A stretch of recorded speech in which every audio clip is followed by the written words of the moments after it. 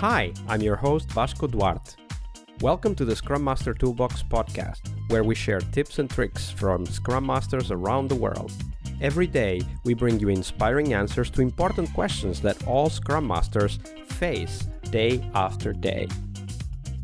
Hello everybody, welcome to our Wednesday this week with Peter Janssens. Hey Peter, welcome back. Hi, Vasco. Good seeing you again. Absolutely. So today's Wednesday, and on Wednesdays we talk about change because it is something we're working with all the time. As Scrum Masters, we are involved in individual change, team change, even organizational change. And of course, we need to know the tools, the tips, the tricks, the techniques that work for that kind of work. So Peter, tell us one of those stories. We'll dive into the details later, but tell us the story first. I will witness with you a very recent change that I went through, and that was pretty rude and unexpected. So what happened was I was recently assigned to lead the company that I work for. I used to be a CTO. I'm now the CEO.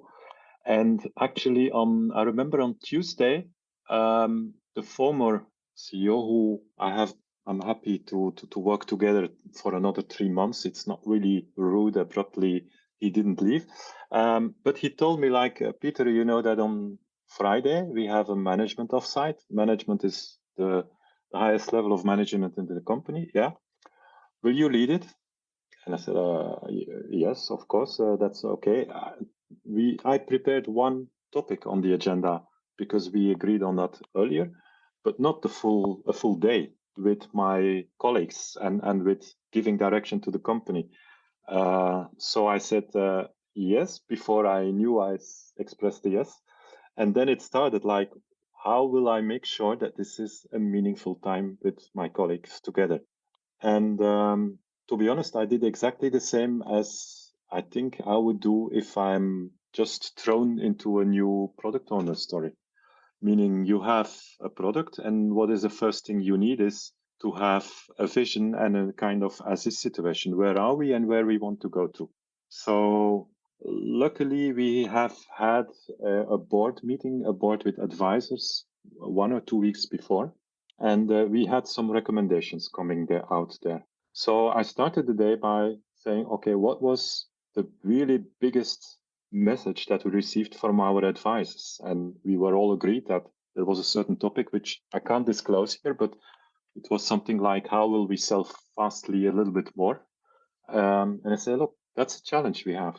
So let's split up in small groups. Let's make small pairs. To be honest, I prepared a little bit the pairs because I understood a bit how people dynamics have and how I think I would have the most interesting, maybe contrasting results. And I said, let's brainstorm for some ideas on what we can do to achieve that goal. And in small groups, they're prepared. And after 5 or 10 minutes, I said, now, just select your best goal, which will achieve the best results first, only one.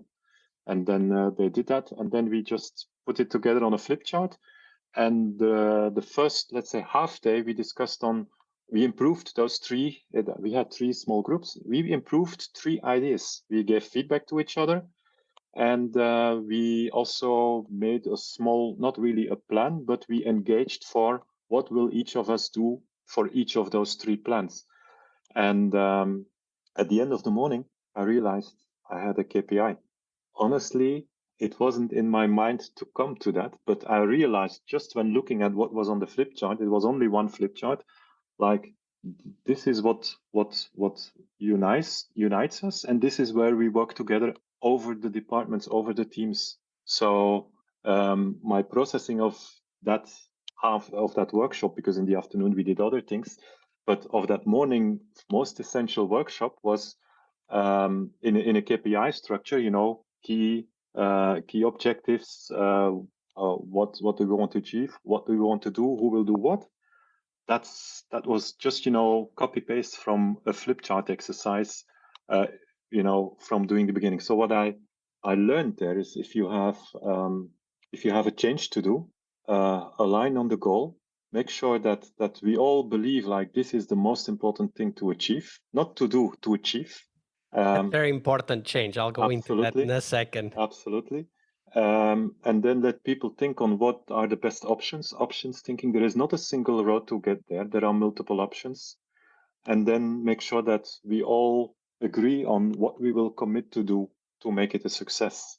And just expressing an early commitment. And by the way, it has changed maybe 3 times already, those to-dos in order for but that's okay. We improved. So we will probably achieve even more success than we planned. And it gave such a vibe to the management team in half day. And I believe when they listen to this audio, I believe that they will never believe me that I didn't know before that Tuesday that this was the plan to do that day. And one of the things that comes to me, I'll go to the do versus achieve discussion in a second. But one of the things that comes to me is this: like I imagine you, like once you got the news that you needed to lead the day, you go like immediately start thinking, and because you had been a coach and a Scrum Master before, then you go like, okay, so but I need to do this, and then I need people to contribute, because that's natural for us, right? Anybody that has Scrum Master or Agile coach background naturally gravitates towards how do I get them to decide what to do? Like I don't tell them what to do. But the funny thing is that you're also in the position of being the CEO, and now you're the CEO who is helping the other part of the team make decisions. And I think, and I even wrote an article about this, and I'll put the link under the show notes for this. I think that this is exactly what all CEOs should be doing. They should be harnessing the power of their teams, right? Enable creativity, collaboration, because the CEOs can't go and clean the garage and distribute the salaries and do the spreadsheet to send to the tax office. They can't do that, right? Other people do. Mm-hmm. And this is the same as we do as Scrum Masters, right? So how was it for you, Peter? Did you really feel like, okay, there's a relation here? This isn't that much difference from what I used to do? Absolutely. Absolutely. First thing, you feel just that this is okay. You feel, and it gives you trust that just go on and trust the process. I knew the day itself, the management offsite, that in the rest of my days, in one-on-ones, I could perfectly go into the role of, okay, remember, so when I have a one-on-one with one of my managers, I say, look, remember we had this goal, remember that this was the plan, how is it going, can I help? And if you're in that position, it's so easy to get there.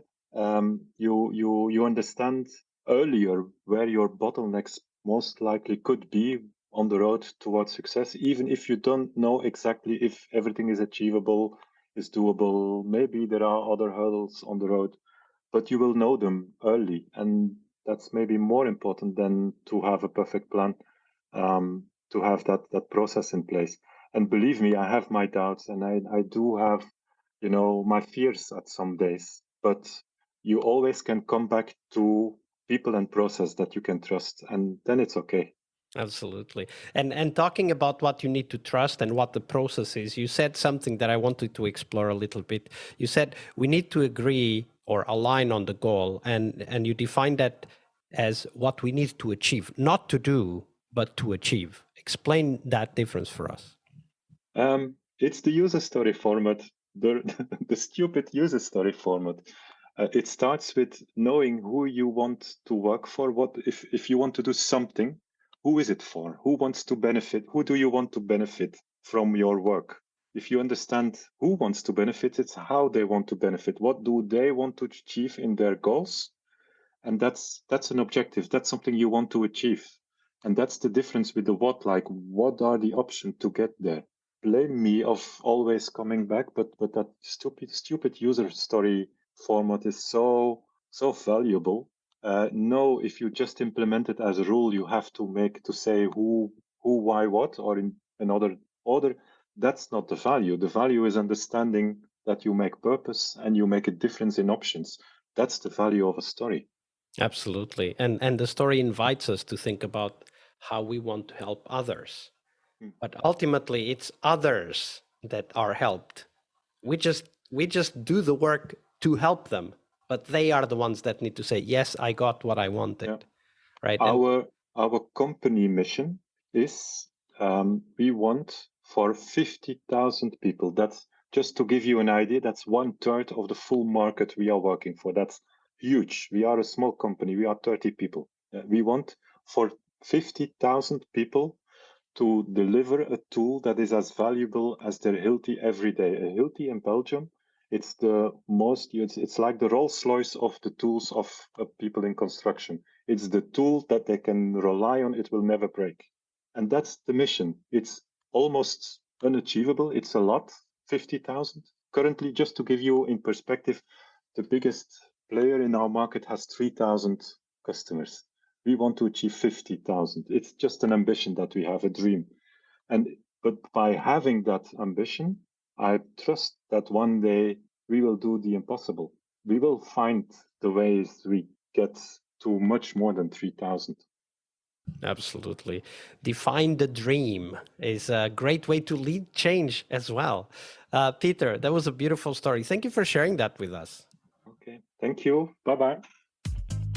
Leading change is one of the core skills we must acquire, but it is only one of the steps towards our success as Scrum Masters.